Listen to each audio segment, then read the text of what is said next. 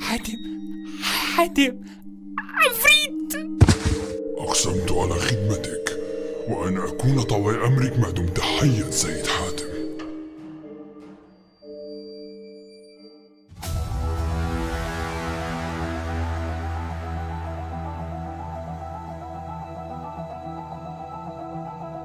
غرف قديم في كتاب مسحور، بتلاقي اسمك عليه محفور، بتنادي عليك أصوات عارفاك، وعيون في الليل بتراقب شايفاك، بتفر تدور عالفصل الأخير، فتلاقي دورك مش باقي في كتير.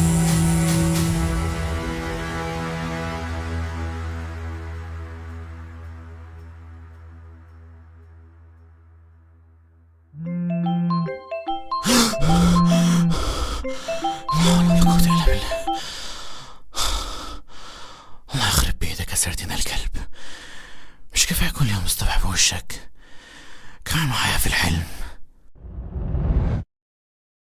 ياسمين، اصحي بقى يا ياسمين، كل ده نوم؟ صباح الخير يا لالا. ايه الناموسية كحلي يا قمر ولا ايه؟ ليه هي الساعة كام؟ ايه ده؟ هو انا ايه اللي نايمني بالهدوم دي؟ انا عارفة، انا سبتك مع حاتم وطلعت فوق، ولما نزلت ما لقيتش حد فيكم، طلعت لك اوضتك لقيتك نايمة، ما رضيتش اصحيكي، بس حصل حاجة غريبة جدا. طمنين عليكي كده، ما تجيش الكلية بالك يوم ربيع. ايه الكتاب اللي في ايدك ده؟ ها؟ توكل في معلومات تعاطي شمالي. انتوا بتهزروا؟ خادمك المهم يا سيد حاتم.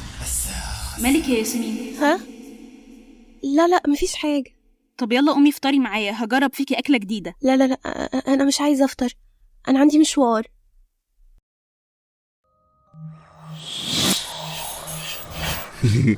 عفريت. وانا لسه في الحلم صح؟ طيب يعني واضح انه طب اقفل عيني جرب يعني كده. طب يا لهوي، طب يعني لو في عفريت حقيقي طب ممكن يكون اكلني من رجلي دلوقتي. افتح عينيك. حي انصرف. سيد حاتم، أنت من أحضرتني، وإذا كنت تريد صرفي فإن ذلك سيكلفك روح وأمر منك. تقصد ايه بروح وامر مني بايه؟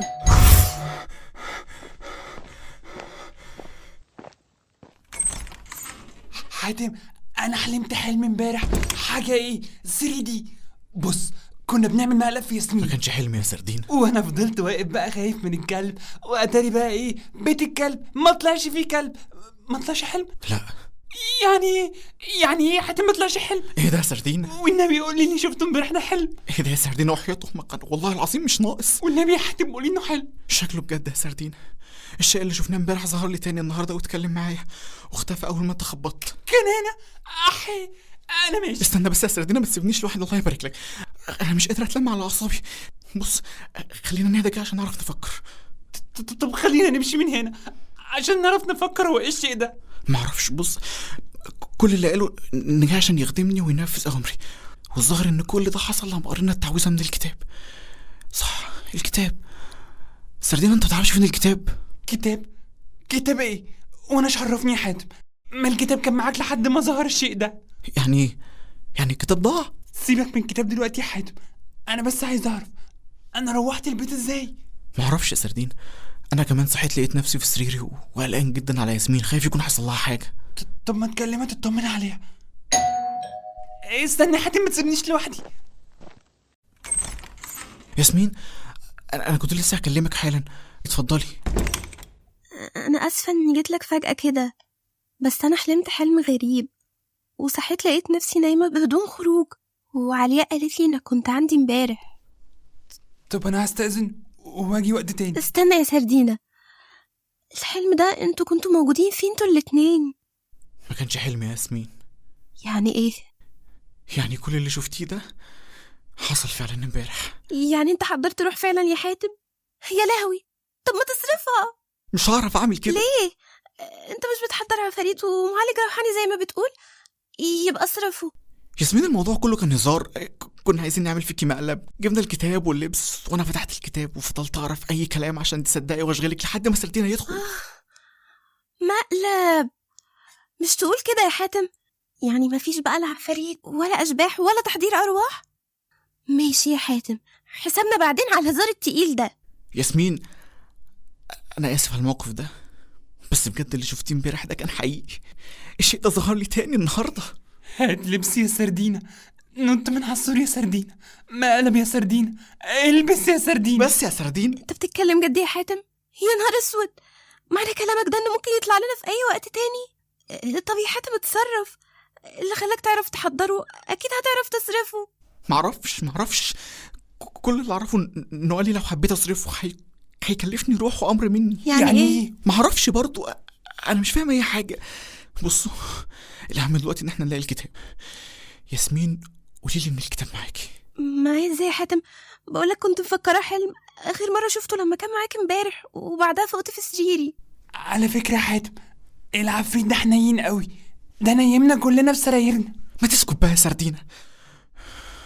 طيب هو مش ممكن يكون عندك في البيت يا ياسمين؟ معرفش، ممكن. احنا لازم نلاقي الكتاب ده بأي شكل، ده أملنا الوحيد عشان نخلص من المصيبة دي.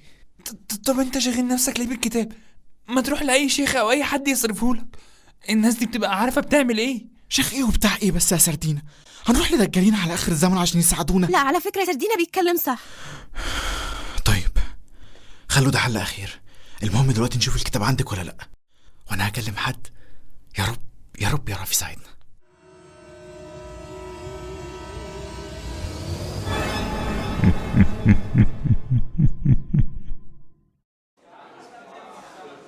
أسماء الممثلين حسب الظهور. لا انت قلت المرة اللي فاتت، انا اللي هقول المرة دي. يا ابني سيبني أشوف شغلي. ماليش دعوة.